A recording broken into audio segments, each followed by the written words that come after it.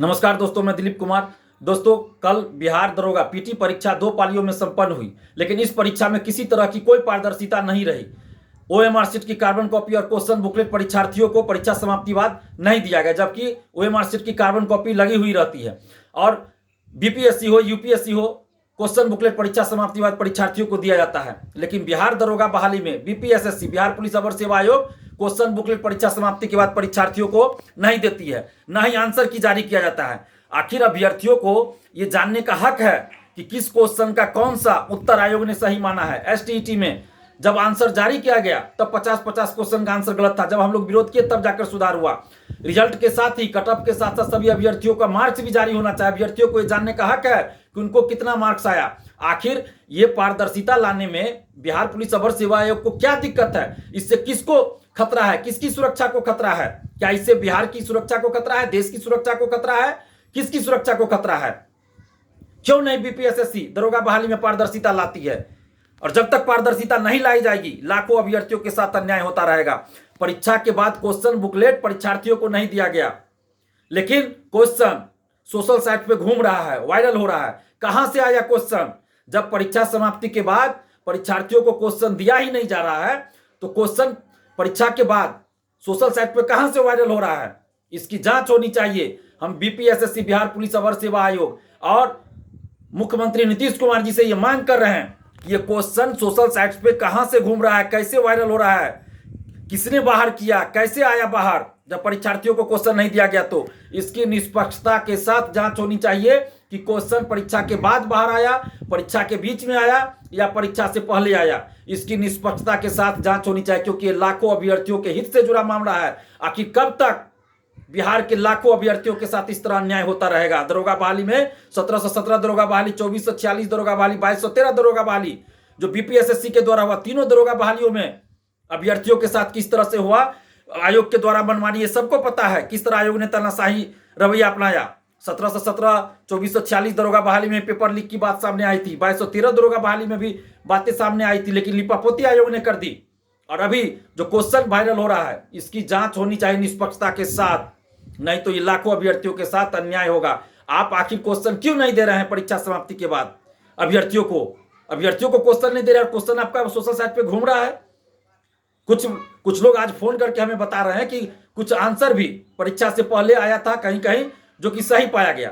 तो ऐसे अभ्यर्थियों से भी हम कहना चाहेंगे, या जिनके पास भी इस तरह का आया हो, तो जरूर आर्थिक अपराध इकाई के पास जाइए, मोबाइल दिखाइए, टाइम के साथ परीक्षा से पहले या परीक्षा के दरमियान आंसर आया हो, और अगर वो आंसर परीक्षा में पूछे गए प्रश्नों के उत्तर से मैच कर रहे हो, तो आप जरूर आर्थिक अपराध इकाई के पास जाइए, मोबाइल दिखाइए, या फिर आप हमें भी मोबाइल दिखाइए, ताकि हम उस चीज को आर्थिक अपराध इकाई तक पहुंचाएंगे।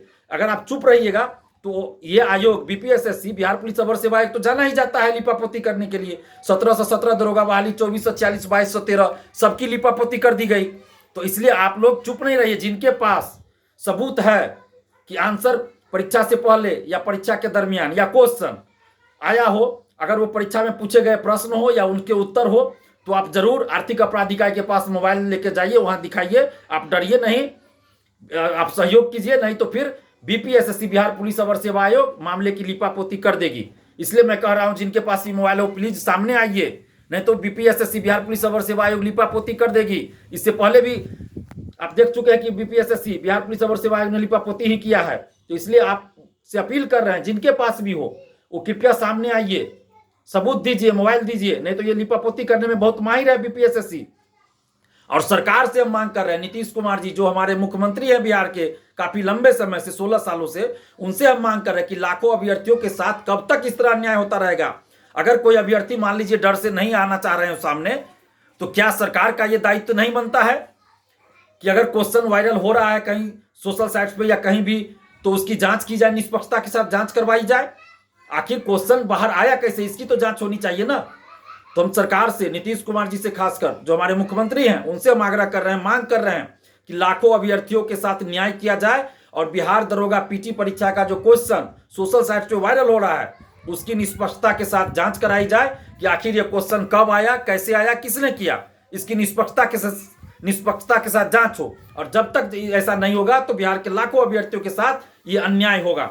और अभ्यर्थियों से भी अपील कर रहे हैं कि आप किसी भी तरह से लालच में मत फंसिए, आगे की परीक्षाओं में भी, किसी भी परीक्षा में दलाल सेटर के चक्कर में मत फंसिए आप लोग, क्योंकि कुछ ग्रुप ऐसे भी हैं जो आपको कहते हैं कि 5,000 7,000 रुपया दीजिए, परीक्षा से पहले आपको आंसर दे देंगे।